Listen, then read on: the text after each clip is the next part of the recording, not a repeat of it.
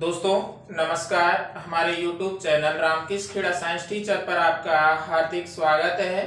आज हम जो केमिस्ट्री इन एवरीडे लाइफ का जो अगला टॉपिक पढ़ने जा रहे हैं वो है आपका साबुन, अपमार्जक और उसकी मिसाइल की स्ट्रक्चर कि किस तरीके से साबुन किसी भी गंदगी को हटाने के लिए वर्क करता है। तो सबसे पहले हम ये पढ़ेंगे कि साबुन क्या होता है। जब उच्च वसा अम्लों की अभिक्रिया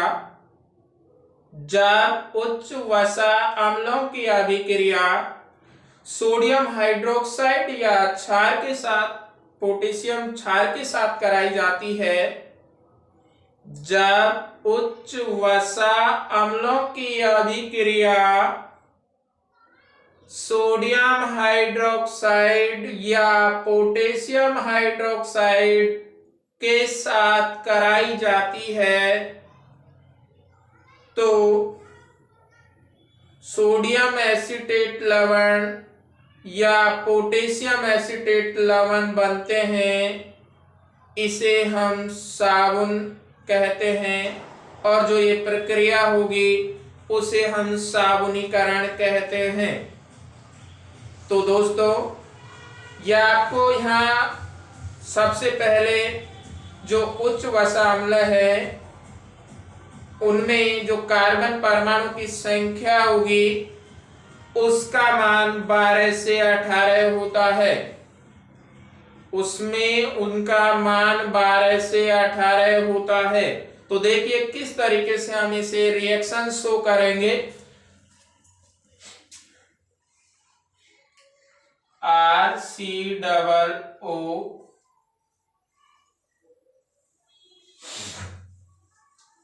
उच्च वसा अम्ल ले लीजिए,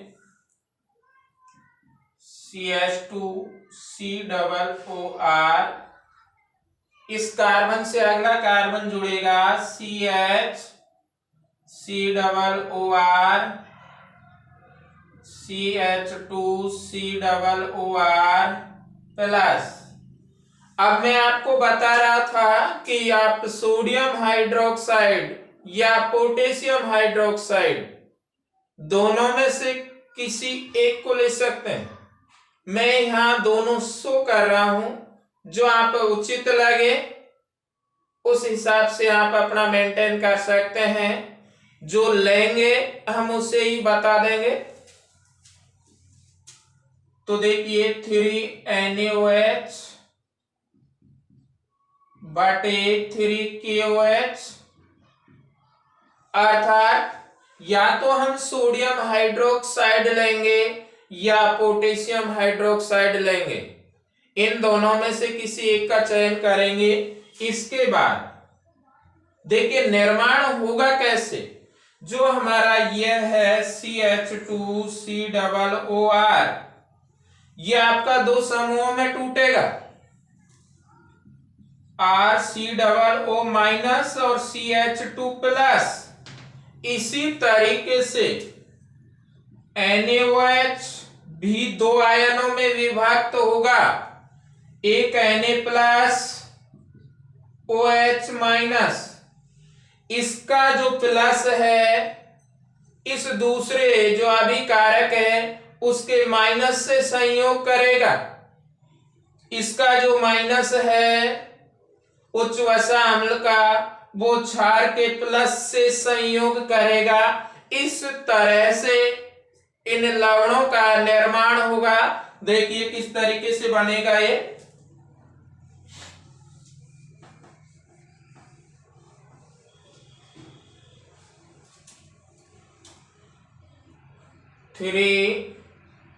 RCOO ये तीनों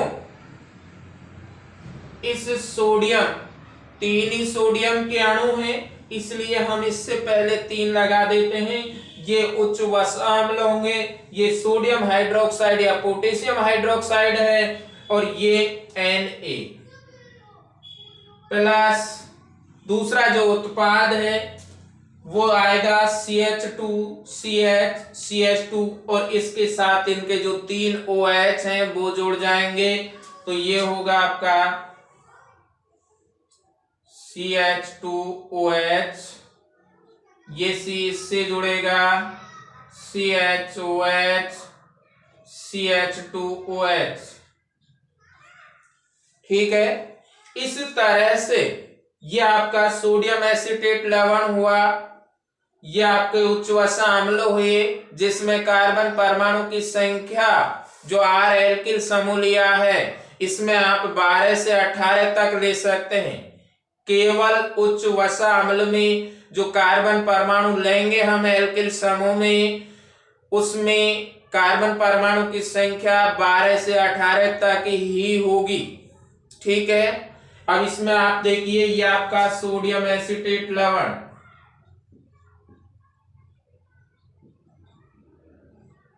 सोडियम एसीटेट लवण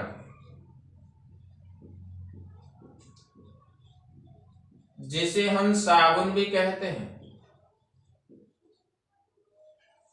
जिसे हम साबुन भी कहते हैं, यह आपका ग्लिसरॉल होगा।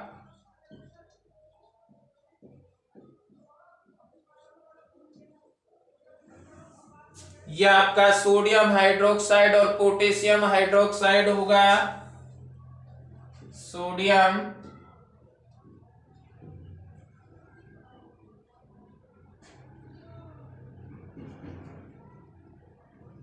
हाइड्रोक्साइड, पोटेशियम हाइड्रोक्साइड,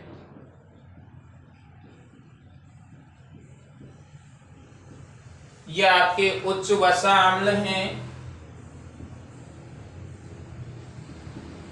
वसा अम्ल। इसमें जो कार्बन परमाणु की संख्या होगी वो C12 से C18 होगी।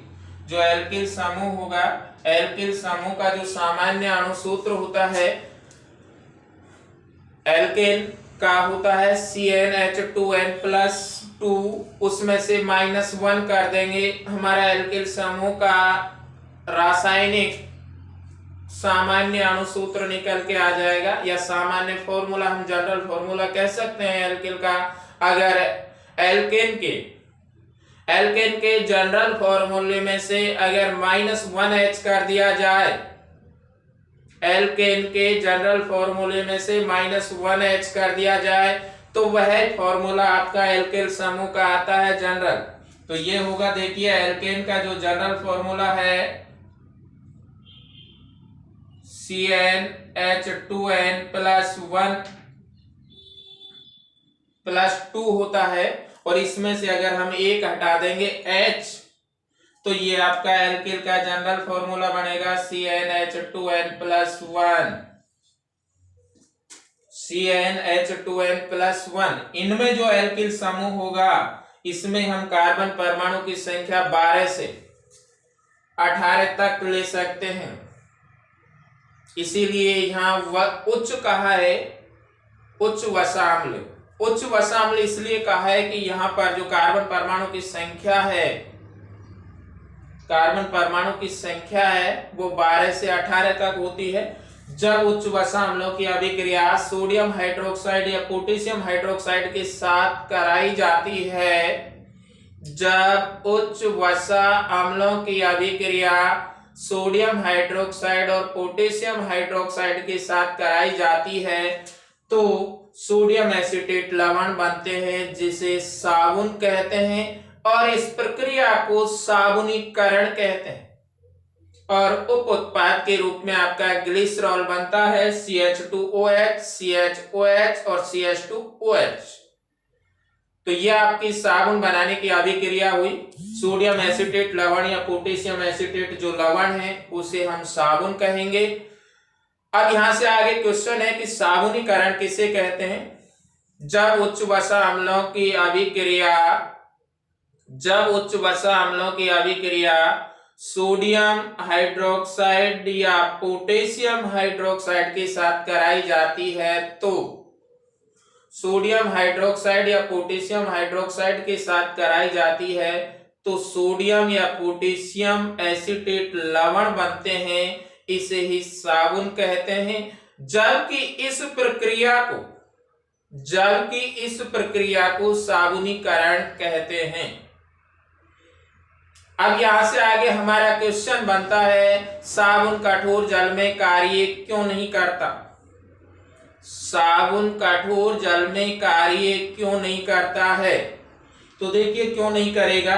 जो ये सोडियम एसीटेट लवण होता है, ये जो कठोर जल के अंदर जो अशुद्धियां उपस्थित होती हैं कैल्शियम और मैग्नीशियम, उससे अभिक्रिया करके कैल्शियम और पोटेशियम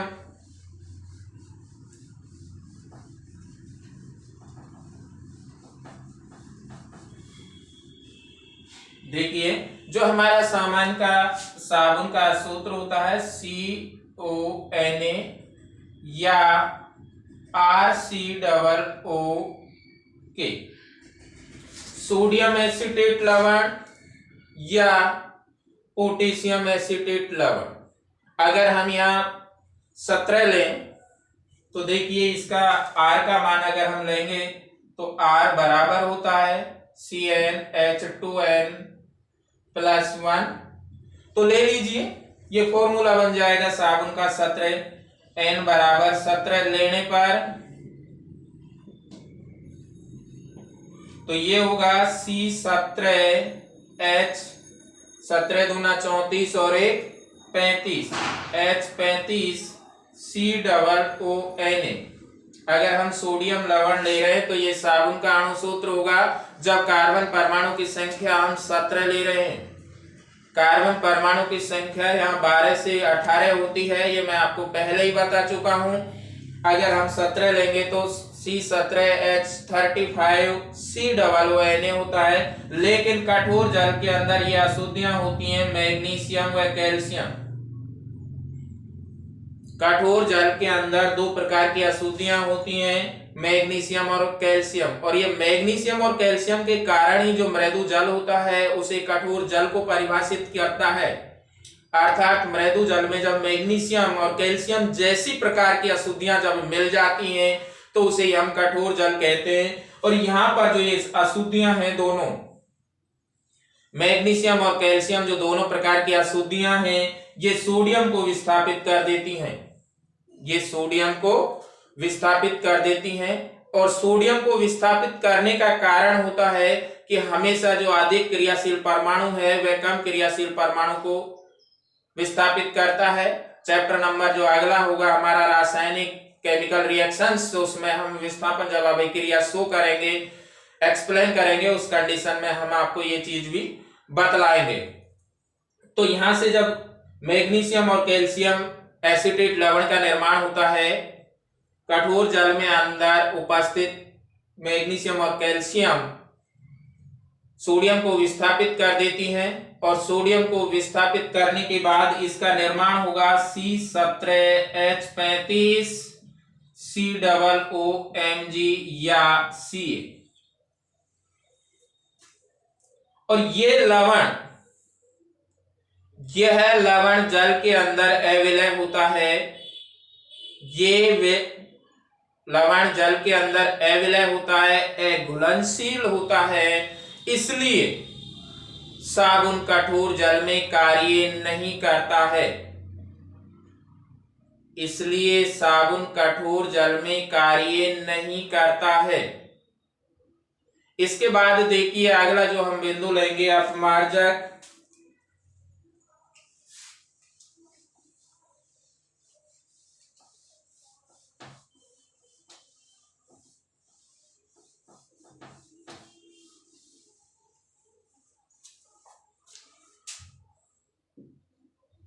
अपमार्जक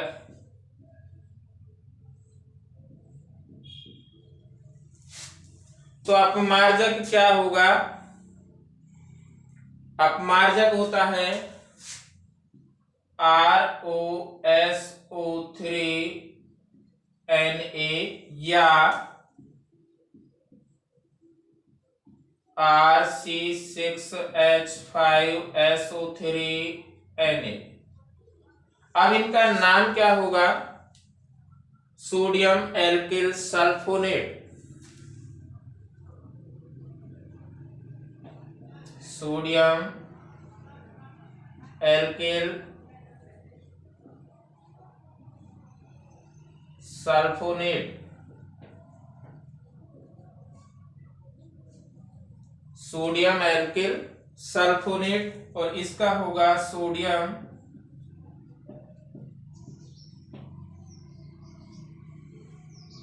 एल्किल बेंजीन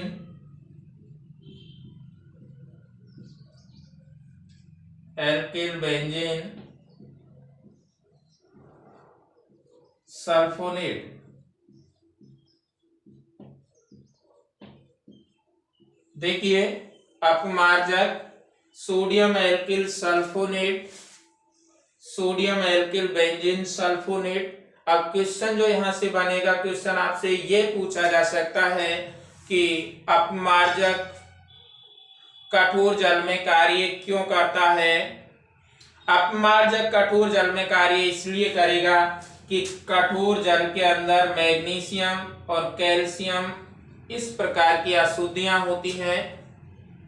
मृदु जल में जब मैग्नीशियम और कैल्शियम अशुद्धियां होती हैं उसे ही हम कठोर जल कहते हैं। ये मैं पहले भी अवगत करा चुका हूं आपको। तो मैग्नीशियम और कैल्शियम यहां पर भी सोडियम को विस्थापित करके मैग्नीशियम सल्फोनेट या कैल्शियम सल्फोनेट लवण का निर्माण करती हैं। मैग्नीशियम सल्फोनेट व कैल्शियम सल्फोनेट लवण का निर्माण होता है या लवण बनाते हैं जो जल के अंदर विलय है। साबुन के अंदर अविलय था जबकि यहां विलय या घुलनशील है।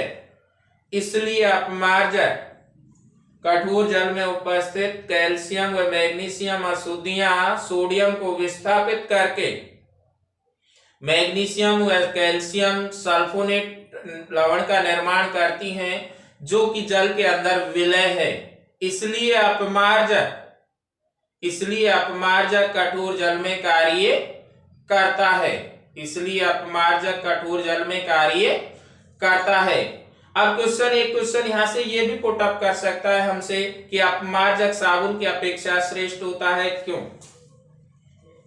अपमार्जक साबुन की अपेक्षा श्रेष्ठ होता है, क्यों? अपमार्जक साबुन की अपेक्षा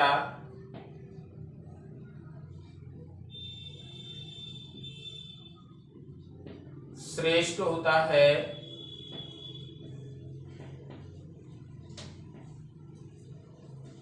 क्यों?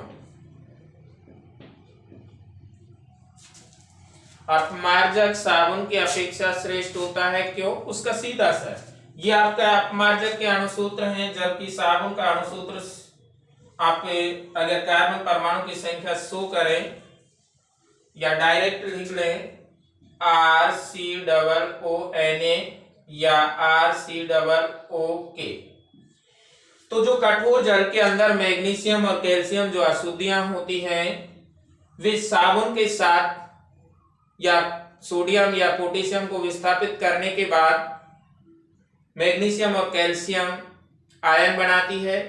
जो साबुन के साथ जो लवण बनाती है वह जल के अंदर अघुलनशील अविलय होता है। इसलिए साबुन कठोर जल में कार्य नहीं करता, जबकि मैग्नीशियम व कैल्शियम अपमार्जक में से सोडियम या पोटेशियम को विस्थापित करने के बाद मैग्नीशियम व कैल्शियम लवण का निर्माण करती हैं। मैग्नीशियम व कैल्शियम सल्फोनेट लवण का निर्माण करती हैं जो जल के अंदर विलय है। इसीलिए अपमार्जक कठोर जल में कार्य करता है, साबुन कठोर जल में कार्य नहीं करता है, और इस आधार पर हम कह सकते हैं अतः अपमार्जक साबुन की अपेक्षा श्रेष्ठ होता है। अब इसके बाद देखिए मिश्रण किस प्रकार से बनती है। मैं हल्का सा ही दे रहा हूं, ज्यादा नहीं दूंगा आपको।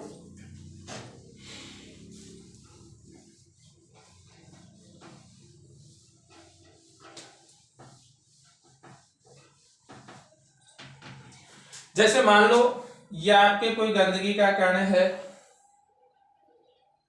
ये आपका कोई गंदगी का कण है और इसको इस तरीके से, एक तो आंतरिक सिरा होगा, एक ध्रुवीय सिरा होगा, इस तरीके से मिसाइल का निर्माण होता है।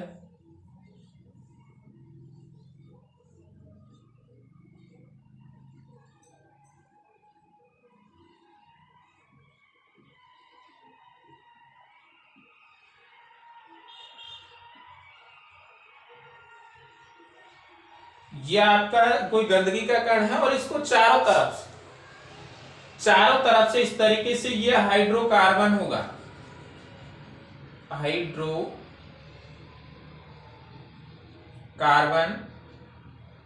जो कि जल विरोधी होता है, जल विरोधी।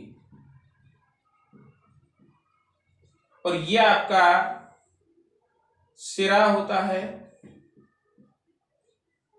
इसे हम हाइड्रोकार्बन पूंछ कह सकते हैं, इसे हम सिरा कहेंगे। ये जल स्नेही होता है,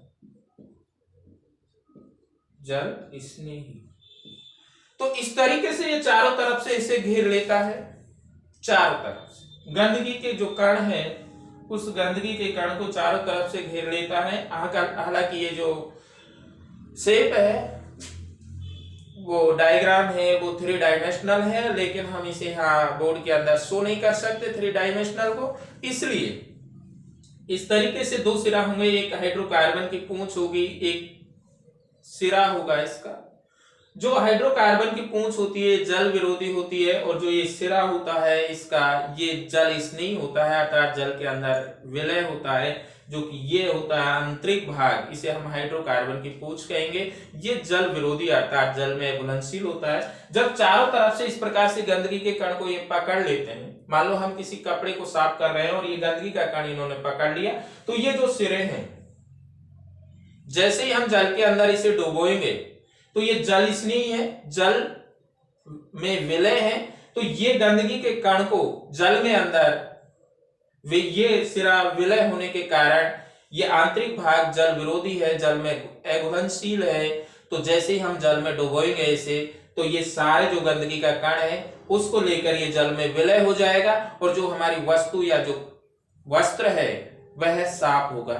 तो बस दोस्तों आज के लिए इतना ही। आप इसी तरीके से साइंस का एनालिसिस देखने के लिए हमारे YouTube channel Ramkrishna Kheda science teacher पर आप रेगुलर कंटिन्यू विजिट करते हैं और हमारे YouTube चैनल को आप लाइक शेयर एंड सब्सक्राइब करते रहें। नमस्कार।